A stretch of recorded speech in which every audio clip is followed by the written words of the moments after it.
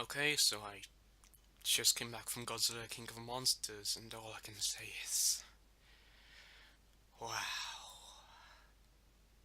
Just wow. Okay. Just let me clear up a few things first. No, I did not illegally pirate this movie. And no, I did not get invited by Legendary to see this movie. I wish I did. For all the people who are like, ooh, how did see the movie early? It's not out yet. All I have to say is, it came out in England today. And I went out to the earliest showing in my area, and these are my thoughts on the movie. And just make you aware, before I actually start going over my thoughts on the movie, all I have to say is, this is a non-spoiler review. But I might end up doing a spoiler review one day if I see the movie a second time. Or I might just end up doing what I'm going to do with How to Train Dragon 3, is which is that I'm going to wait for the DVD to come out and then make a full review. Anyways, Godzilla King of the Monsters is a Godzilla fan's dream come true.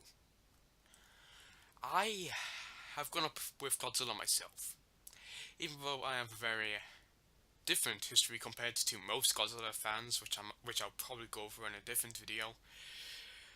Even I have to admit, this movie is made for the fans. It's catered towards the fans. This is made for anybody who knows Godzilla, who grew up with Godzilla, who likes Godzilla, and who loves Godzilla. It's just, it's it's great. Okay. For the review, I'm just gonna go over multiple aspects, and for the first one, I'm gonna go over the visual effects, because of course, if the main draw towards these movies aren't the human characters. The main the main thing that brings people towards this movie is the title character and the title characters, who are now apparently called the Titans, eh, and they are brought to life in amazing CGI. I'm being serious here. That the CGI in this movie is some of the best CGI I've seen in general. I mean, like, yes, it does me look that realistic, but I think CGI doesn't always need to look realistic.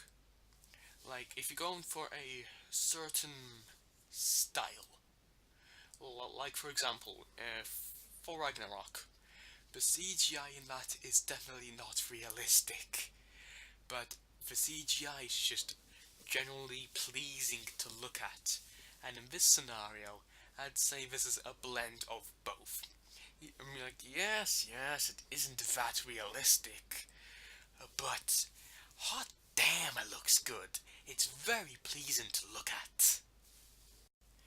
And the main spots where the CGI lies is during the fight scenes. Because during this movie, there's like, I'd say 5 to 4 fight scenes. And since of course the monsters are CGI, and since they're fighting each other, they need to use CGI for it, and that is just where the CGI shines. I mean, like, there is this fight which takes place during the water, and you can't really see what's going on, but I would say the water looks realistic. But I mean, how many times am I going to say this? The CGI in here is, it is amazing. But yeah, again, what to expect from Legendary at this point? Because there's something I've learned from at least 3 monsterverse movies so far. All 3 of them have had amazing CGI. Godzilla 2014 had very good CGI, apart from the fact that you can't really see the monsters during the fight scenes, because since The Titans are black and the background is black and it takes place at night. Everything's nearly just black. So CGI doesn't really get the time to shine there. And in Kong Skull Island, the setting in that is very the sun is always shining, and you can very clearly see the CGI and how good it looks. And during the fight scenes in this movie, most of them do take place at night, I think. But there's a blue hint over it, so you can see it, but I'm pretty sure it's also meant to look like a night. Yeah, I'm an idiot. Anyways, well, on about the subject of the Titans, one of the main complaints from this movie is that there is a lot of monster action, but not enough human action. Meanwhile, for 2014, it said there was too much human action and not enough monster action. Most people are like, "Ooh, these are conflicting opinions, and you cannot say both these opinions." But the thing which I think they're trying to hint at is that there is a fine line in between the two, and in between the two, there's this perfect center in between too much human action and too much monster action. And this movie only has 4 to 5 fight scenes, which yes, is a lot, especially for a movie of the size and proportions of this. But some fight scenes are just I mean, like 1 or 2 action scenes are just over just like that, and I forgot what point I was gonna make. Ah, that's why I need to make a script. Uh, yes. Meanwhile, there isn't really that much monsters fighting. There is a large presence of the Titans. Because most of the time, the Titans, when they aren't fighting, they're mostly in the background. I mean, like Mothra doing her scenes, she is mostly just in the background, just relaxing, and not really doing anything and not really doing anything fighting wise. And during Godzilla's moments, yes, there's like 1 or 2 scenes where he doesn't really do anything, and he's just there. And I think that's one main thing I like about this movie is that it doesn't treat these monsters as monsters. It treats these titans like animals, and it treats these animals like characters. Now, it's stuff like this which I've been wanting to see, that I've been wanting to see, because most of the time they just like throw a massive monster in and like, oh, it's a monster, we have to be scared of it. But this movie kind of shows us that monsters can have characteristics. I mean, like, all 3 of Ghidorah's heads does have a personality. I'll give you that. Because I'm not sure if this can be counted as a spoiler or not. But one head likes to eat a lot, I shall say, and he's kind of a runt. There is the and the and then one of the other heads is kind of like more like the caring one, and the center one is like the big boss one. And I just like the way that Michael Dougherty portrayed it, a bit, because he showed it like how us Godzilla fans know it. These just aren't giant monsters. These are animals, and these are characters. And while on about characters, I think now we should move on to the human aspect of the movie, the part of the movie which people don't really care about. Uh, but yes, the human aspect, sadly, is weak. because it seems like most of the time people put all the writers put all their attention into the monsters and the monster fights and put less attention into the human characters.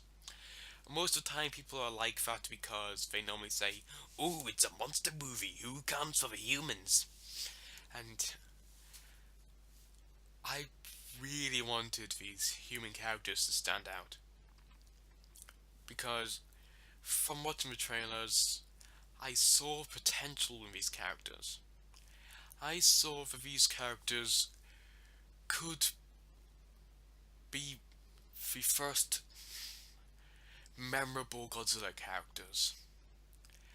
And I know I'm probably going to get hate for this, but there is no human characters which anybody remembers apart from Zawa from first 1950, 1954 Godzilla movie. Apart from him, all the other characters fall flat and nobody cares about the rest. I can't even name the others. Hell, I can hardly name the characters which I like in this new movie. That severely disappoints me. Because a reason why people.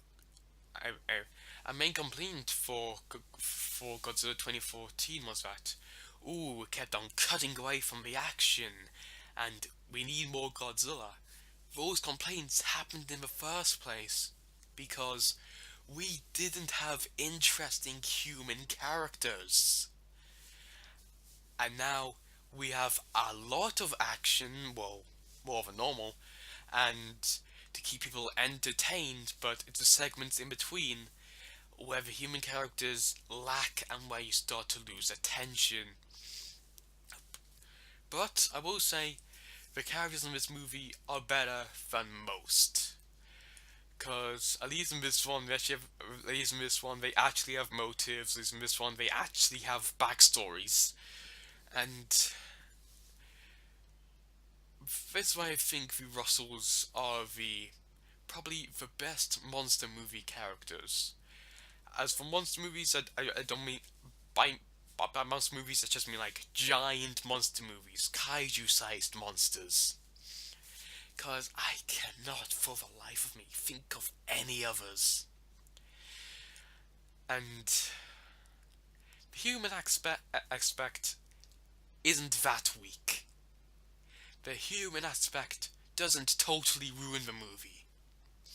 The human aspect is decent. It could be improved, but this is definitely an improvement over the Brodies from Godzilla 2014, who I hope we never see ever again, or who are ever mentioned ever again.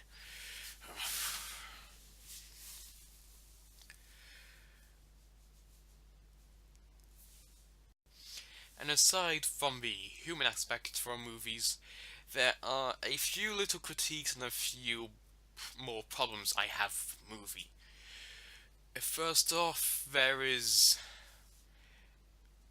It seems like in the first act you can't go a few minutes without having an action scene. This is mainly aimed towards the opening act, the beginning of the story. Because, yes, without giving anything away, you have this sort of like mini action sequence, and then everything is calm and delightful, and then BAM! Another action scene. And then that just made me think, wow, this movie cannot go a second without having some sort of an action scene. Because yes, the very, very beginning of this movie can sort of be counted as an action scene. And it just seemed like at the beginning portion of the movie that Michael Doty just wrote like, oh yes, we need to put in an action scene there, an action scene there, and an action scene there, so we can keep the people's attention until I bring in Godzilla, so then I don't need to chuck in fight scenes every single second. But yes, that is my main problem with this movie. It's mainly towards the beginning of the movie, and the fact that it does it. There is a overabundance of action scenes during the beginning of this movie. So overall, would I recommend you seeing Godzilla King of the Monsters? Yes. Yes, I would. I would very much recommend seeing Godzilla King of the Monsters. It's one of my favourite movies of 2019, even though I've only seen 4 so far, and I guarantee this is going to be one of the highlights at the end of the year. Even though, despite how much I guarantee the critics are going to pan this, no matter what, I will pull through with this movie, and I will solidly say, no matter what anybody says, this is a good movie, and I like this movie. And if I had a film channel, I would go into more detail why I like it so much. Well, I should really begin a movie channel. Would you guys be interested in seeing that? I highly doubt it. Anyways, overall, I would give Godzilla King of Monsters a 8 out of 10, which planks, which places it as, uh, which places it as second on my list of best movies of 2019. Number 4 being Shazam at a 6 out of 10. Number 3 being Avengers Endgame as a 7 out of 10. And New Arrival, Godzilla King of Monsters, with an 8 out of 10. And a How to Train Your Dragon The Hidden World with a 9 out of 10. And thank you all so much for watching, and maybe expect more Godzilla videos. I don't know. I have 2 possible uh, Godzilla movies. Yeah, no, I have 2 more possible Godzilla videos planned. One about how I got into the franchise, and one about how I and one monstrous moment video, which is a thing which is going around. But who knows? Who knows? I might see if I make a second channel, which I highly doubt, because I can barely keep this one alive. And this video will most likely be my only video for the week, because I'm going to be busy throughout the rest of the week. Tomorrow, I'm actually going to go to a museum and see Dippy, the Brachiosaurus. No, and the Diplodocus skeleton. And who knows? I might make a video about that. And after that, I'm going. I don't know what I'll be doing on Friday, and on the weekend I'll be going away. So now, thank you all so much for watching, and don't forget to see Godzilla King of Monsters once it comes out in your country. And here is Nomsec01 signing off.